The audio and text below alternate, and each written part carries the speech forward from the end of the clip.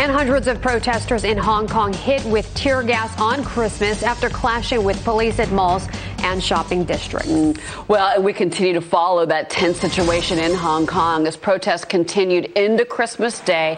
Anti-government protesters ramped up their efforts and clashed with police. Now the question is, the Hong Kong situation going to affect the signing of a U.S.-China Phase 1 trade deal?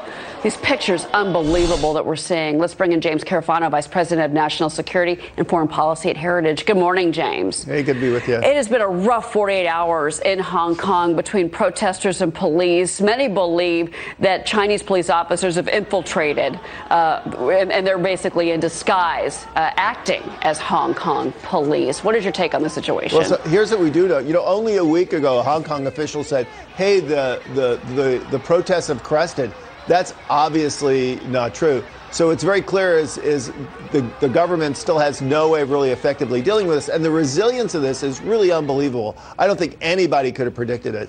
But the number one news story of 2019 will be how the protests in Hong Kong really accelerated the sullying of the Chinese brand. That globally, China is seen as the bad actor here. And when you add Yahweh and Huawei and all these other things together, China's international reputation has really been shattered this year. I agree, because Hong Kong has always been such a financial powerhouse in the world, well respected. Now we seem to see businesses and other banks start to kind of pull back operations there. And, you know, I think this all goes back to the future of Carrie Lam. Do you think that she will eventually have to step down?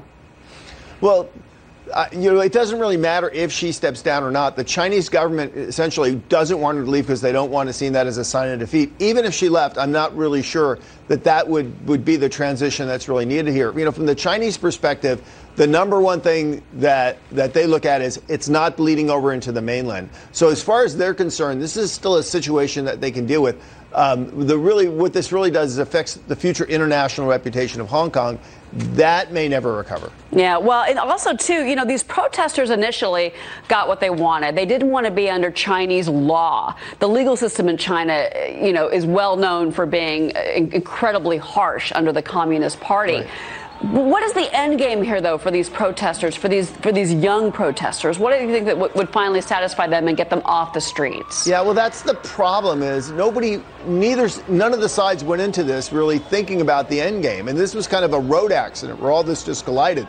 The Chinese really don't have a vision here. The government doesn't, and the people in the street don't. And really the only way this would end is if everybody gave on something. The Chinese reaffirmed one country, two systems.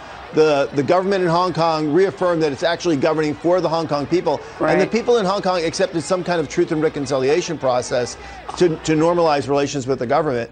But so far, no side seems to be willing to go there. Well, yeah, and of course, the biggest question here is, does this affect the signing of the Phase 1 deal? Because obviously, the U.S. government, Congress, has come out in support, as has the president of these protesters. So that's kind of to be determined. Real quick, I do want to ask you about North Korea. Sure. We didn't get that Christmas Day surprise from Kim Jong-un. But how concerned are you about North Korea right now? Well, I think as long as the U.S. sticks with the fundamentally underlying strategy of maximum pressure, North Korea we can deal with the national security threat. And if the diplomacy works, that's great. If it doesn't, our interests are protected.